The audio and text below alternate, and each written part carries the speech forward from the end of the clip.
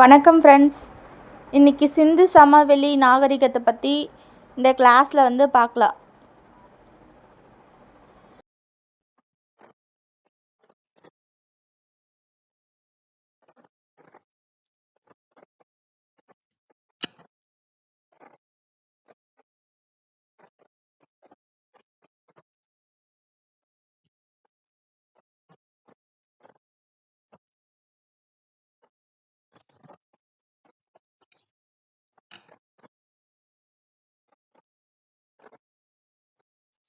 மொத்தம் 4 நாகரிகங்கள் இருக்கு.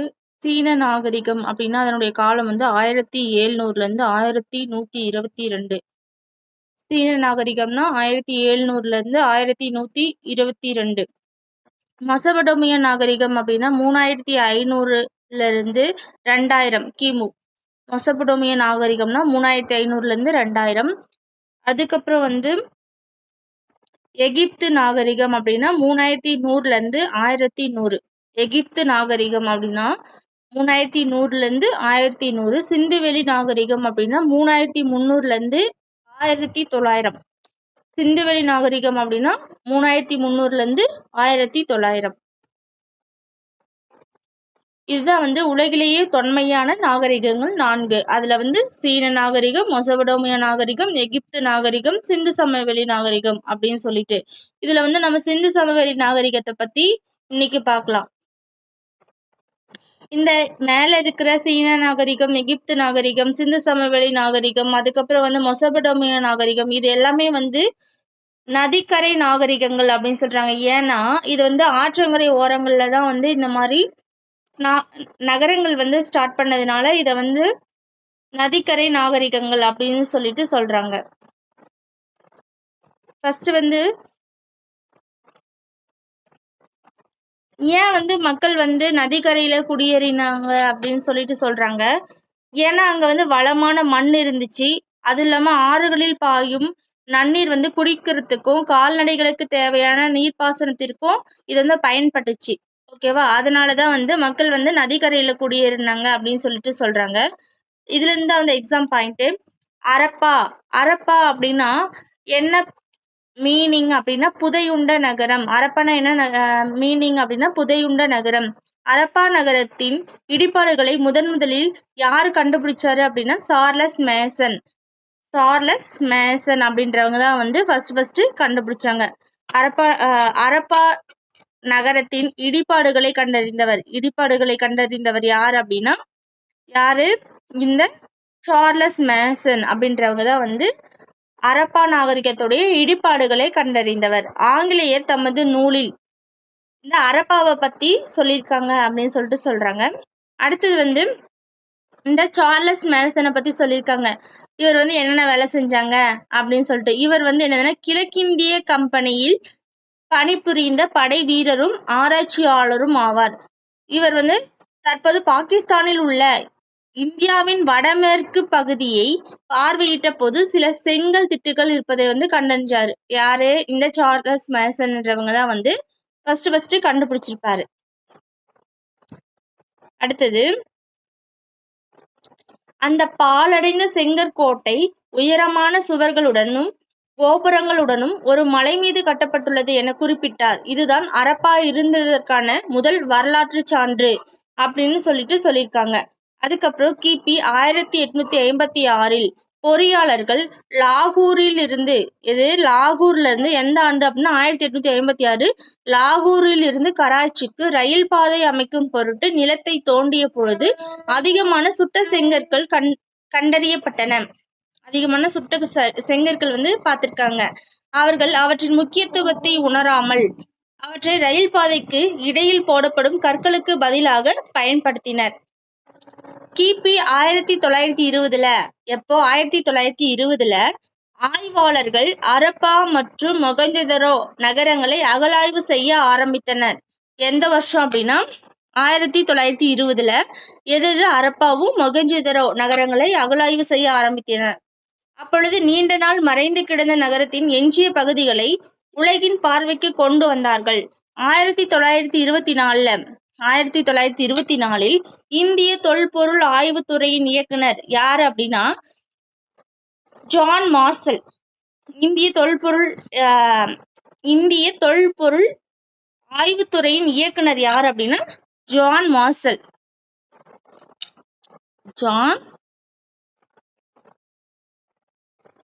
John marshal. ஓகேவா? எந்த வருஷம் இவர் இதுனாங்க அப்படின்னா 1924. நாகரிகம் என்ற சொல் பண்டைய லத்தீன் மொழி சொல்லான சிவிஸ் என்பதிலிருந்து வந்தது. எந்த மொழியிலிருந்து வந்தது அப்படின்னா சிவிஸ் அப்படின்ற மொழியிலிருந்து வந்தது. இதன் பொருள் என்னன்னா நகரம். இது நாகரிகம் என்ற சொல் லத்தீன் மொழி சொல்லான என்ன மொழி சொல் அப்படின்னா லத்தீன் மொழி சொல். அதுக்கப்புறம் ஜான் மார்சல் தான் 1924 கண்டுபிடிச்சாங்க அப்படின்னு சொல்றாங்க. ஜான் மார்சல் என்னதை கண்டுபிடிச்சாங்க அப்படின்னா அரப்பாவிற்கும் மொஹஞ்சதாரோவிற்கும் இடையேயான பொதுவான அம்சங்கள் இருப்பதை கண்டறிந்தார். ஜான் மார்சல் அரப்பாவுக்கும் அதே மாதிரி மொஹஞ்சதாரோவுக்கும் இருக்கிற பொதுவான அம்சங்கள் இருப்பதை கண்டறிந்தவர் யாருன்னா ஜான் மார்சல். அவை இரண்டுமே ஒரு பெரிய நாகரிகத்தை சார்ந்த வெவ்வேறு பகுதிகள் என்ற முடிவுக்கு வந்தார். அரப்பாவிலும் மொஹஞ்சதாரோவிலும் கண்டுபிடிக்கப்பட்டுள்ள மட்பாண்டங்களுக்கு இடையே சிறிய அளவு வேறுபாடு இருப்பதை ஆராய்ச்சியாளர்கள் கண்டறிந்தனர். எனவே அரப்பா நாகரிகம் எந்த நாகரிகத்தை விட பழமையானது அப்படின்னா அரப்பா நாகரிகம் மொஹஞ்சதாரோவை விட பழமையானது அப்படின்ற ஒரு முடிவுக்கு வந்தாங்க.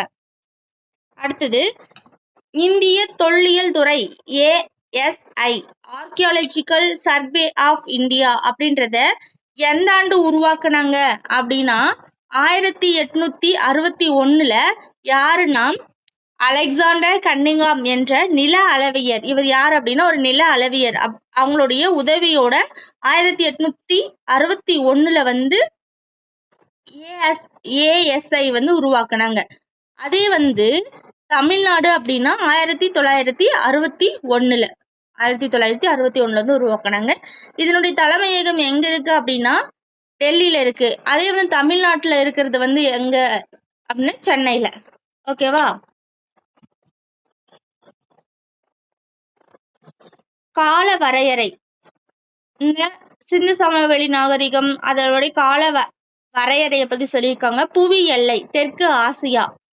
புவி எல்லை தெற்காசியா. காலப்பகுதி சிந்து சமவெளியுடைய காலம் என்னதுன்னா வெண்கல காலம். என்ன காலம்? வெண்கல காலம். இதனுடைய காலம் என்னதுன்னா கிமு 3300 இருந்து 1900 வரைக்கும். 3300 இருந்து 1900 வரைக்கும். இது எப்படி இதை கண்டுபிடிச்சாங்க அப்படின்னா கதிரியக்க கார்பன் வயது கணிப்பு முறை மூலம் முடிவு செய்யப்பட்டது. இதனுடைய பரப்பு எதுனா 13 லட்சம் கிலோமீட்டர். பரப்பு 13 லட்சம் கிலோமீட்டர். நகரங்கள் மொத்தம் எத்தனை நகரங்கள் இருக்குன்னா 6 பெரிய நகரங்கள் இருக்கு. கிராமங்கள் எத்தனைன்னா 200க்கும் மேற்பட்ட கிராமங்கள் இருக்கு. நகரங்கள் 6 நகரங்கள், கிராமங்கள்னா அதிகமா இருக்கும். நகரங்கள்ன்றது கம்மியா தான் இருக்கும். நகரங்கள்னா 6 தான், கிராமங்கள்னா 200க்கும் மேற்பட்ட கிராமங்கள் இருந்தது. பரப்புனா 13 லட்சம் சதுர கிலோமீட்டர். வெண்கல காலம் என்பது மக்கள் வெண்கலத்தால் ஆன பொருட்களை பயன்படுத்திய காலம். அதனாலதான் இந்த சிந்து சமவெளி மக்கள் வெண்கலத்தை பயன்படுத்தியதுனால இத வெண்கல காலம் அப்படின்னு சொல்றாங்க. இந்திய எல்லைகளில் கண்டுபிடிக்கப்பட்ட இடங்கள். தொல்பொருள் ஆய்வாளர்கள் இந்திய எல்லைகளில் அரப்பா நாகரிகம் இருந்த இடங்களை கண்டுபிடித்துள்ளனர். இப்ப அரப்பா நாகரிகம் இருந்த இடத்த தொல்பொருள் ஆய்வாளர்கள் இந்திய எல்லையில எங்கெங்கெல்லாம் இருக்கு அப்படின்றத கண்டுபிடிச்சிருக்காங்க அப்படின்னு சொல்றாங்க. எங்கெங்க அப்படின்னா லோத்தல், தோலோவிரா, அம்ரி, கோட்டிஜி, மொஹஞ்சதாரோ, அதுக்கப்புறம் கன்வேரிவாலா, காளிபங்கன், அரப்பா, ராகி கர்கி, மந்தா, மிட்டாதாய் அப்படின்ற நிறைய பிளேஸ் சொல்லியிருக்காங்க.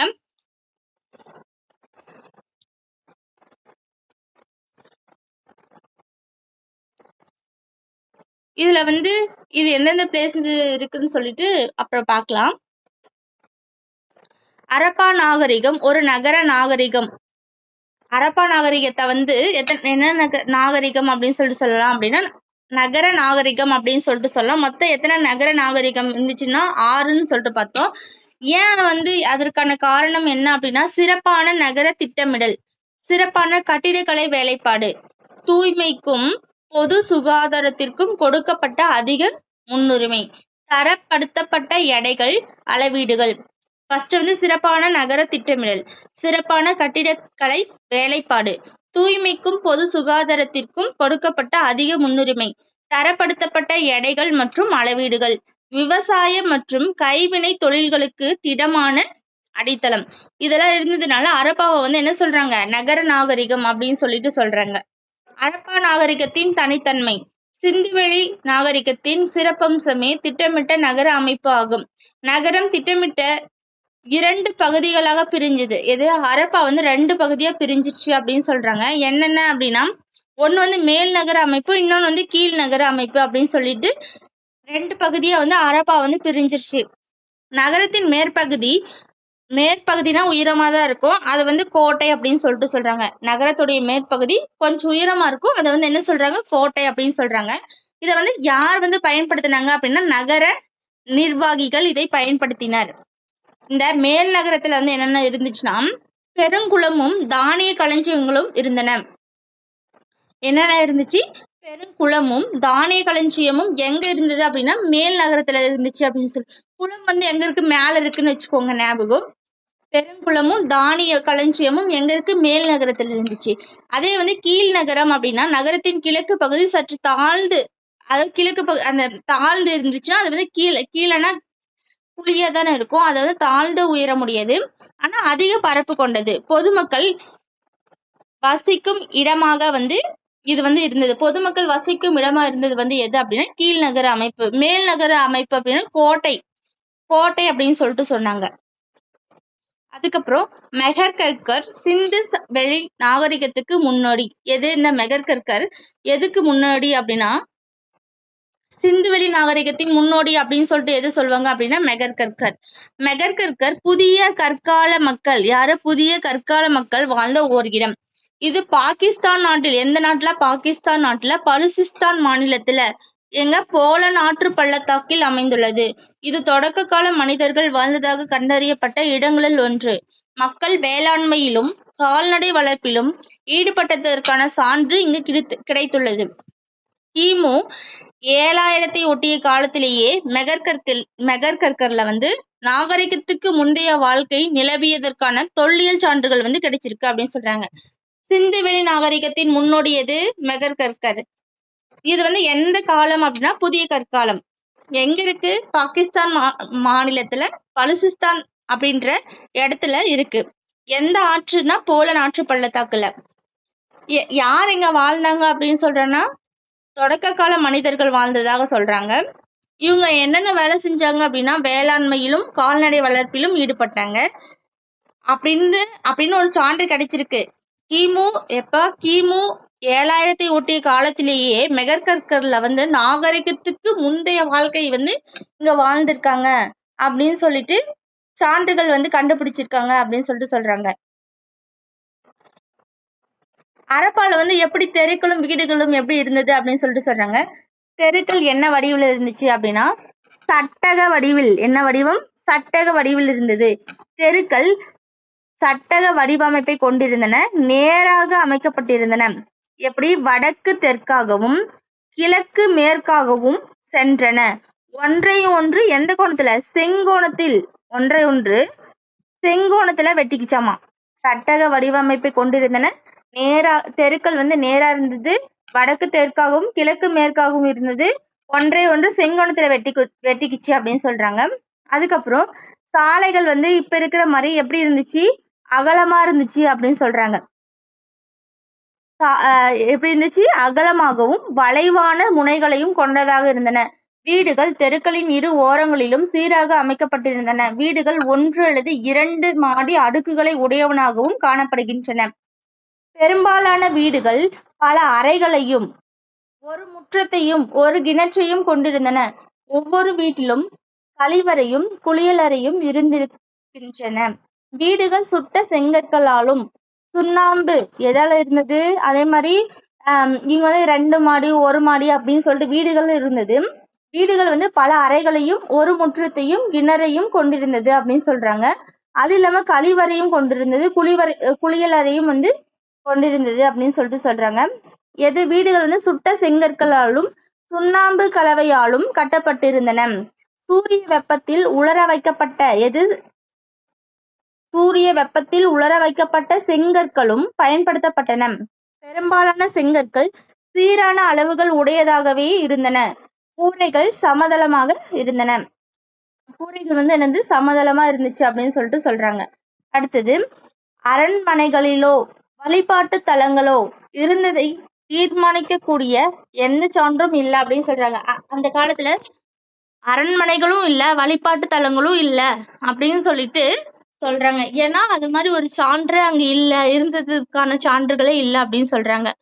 கட்டடங்கள் கட்டுவதற்கு அதெல்லாம் வேண்டாம். ஏன் வந்து சுட்ட செங்கற்கள் பயன்படுத்தினாங்க அப்படின்னு சொல்லிட்டு சொல்லியிருக்காங்க. ஏன்னா அது வந்து ரொம்ப ஸ்ட்ராங்கா இருக்கு, வலுவானவை, கடினமானவை, நிலைத்து நிற்கக்கூடியவை, நெருப்பை கூட தாங்குபவை. அதனாலதான் வந்து அவங்க வந்து சுட்ட செங்கற்களால வந்து வீடு கட்டியிருக்காங்க அப்படின்னு சொல்லிட்டு சொல்றாங்க.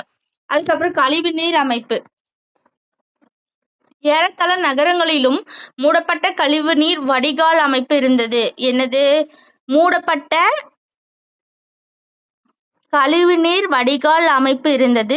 வடிகால்கள் செங்கற்களை கொண்டும் கல் தட்டைகளை கொண்டும் மூடப்பட்டிருந்தது. இங்க பாத்தீங்களா, மூடப்பட்ட கழிவு நீர் வடிகால் அமைப்பு இருந்தது.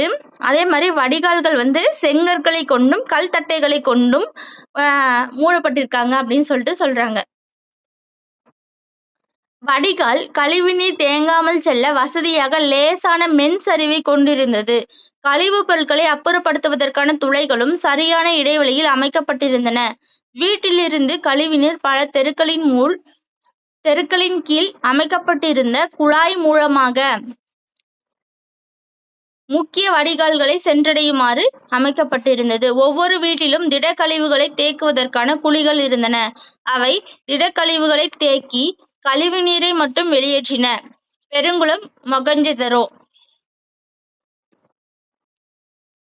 பெருங்குளம் எங்க இருக்கு அப்படின்னா மொகஞ்சதரோல இருக்கு அப்படின்னு சொல்றாங்க.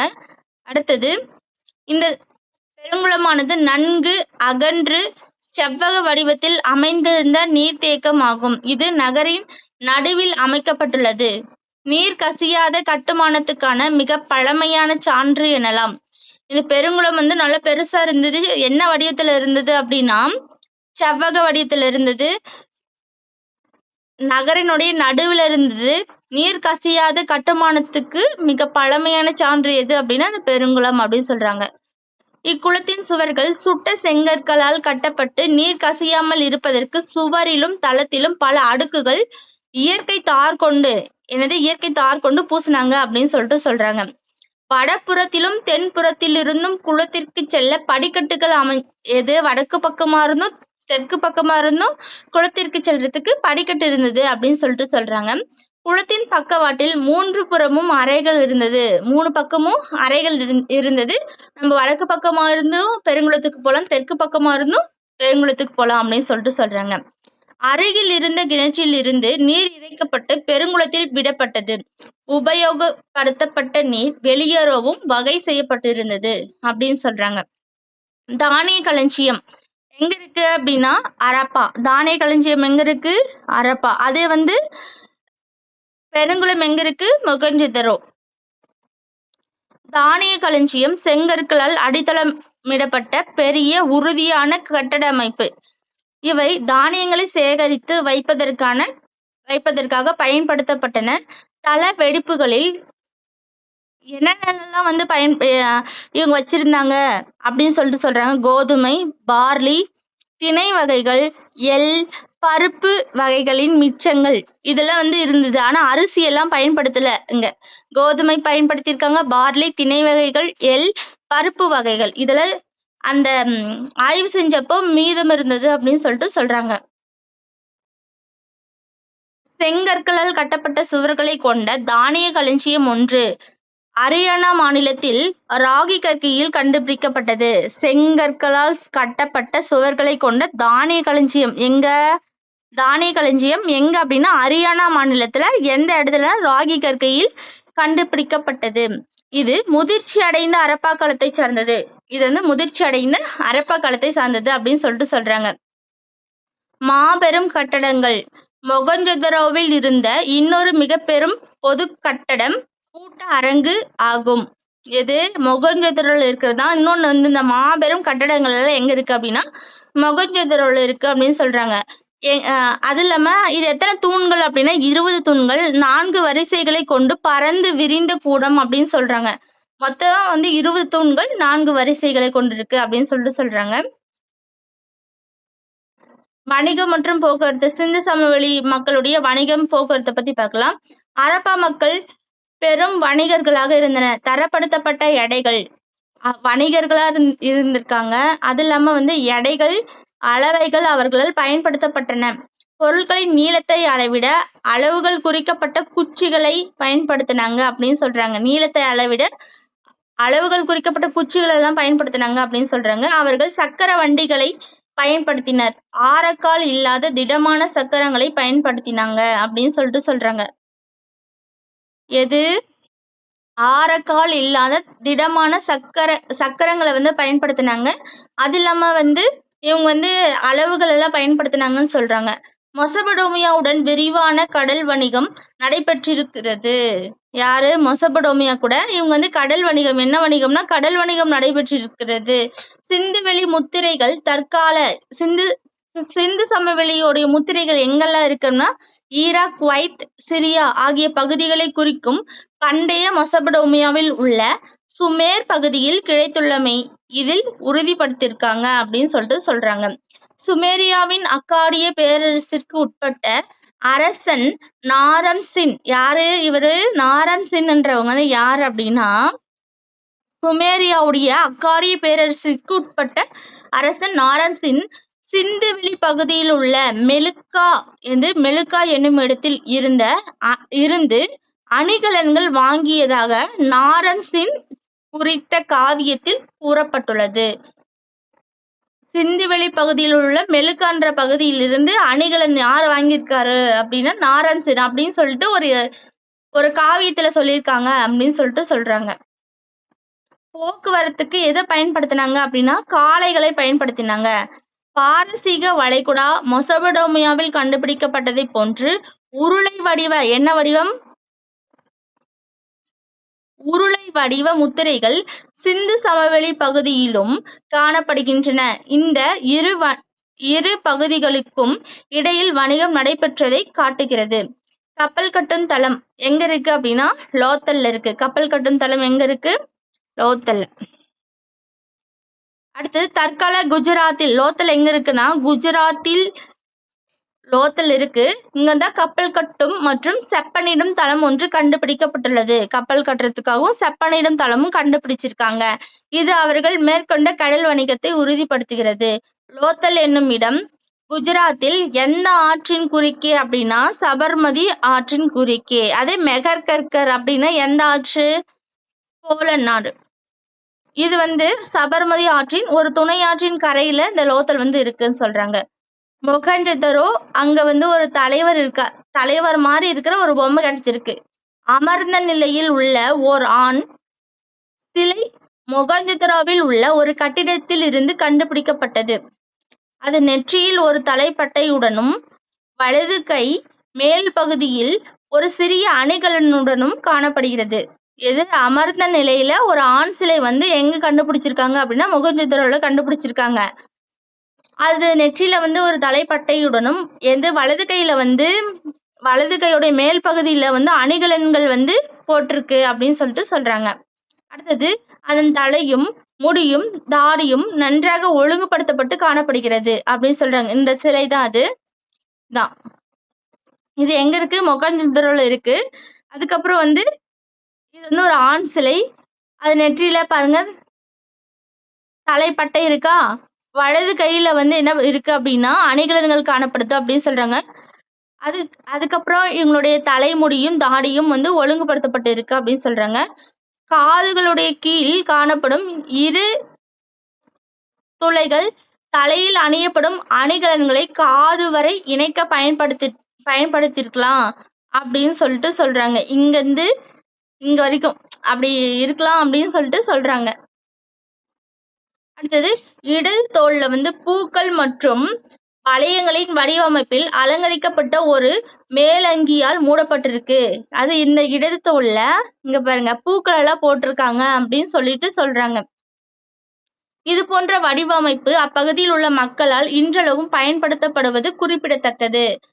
அதுக்கப்புறம் சிந்து சமவெளி மக்களுடைய தொழில்நுட்பம் என்ன அப்படின்னா, சிந்துவெளி நாகரிக மக்கள் தரப்படுத்தப்பட்ட எடைகள் மற்றும் அளவீடுகளை உருவாக்கினர். குஜராத் மாநிலத்தில் உள்ள லோத்தலில் கண்டுபிடிக்கப்பட்ட தந்தத்தினாலான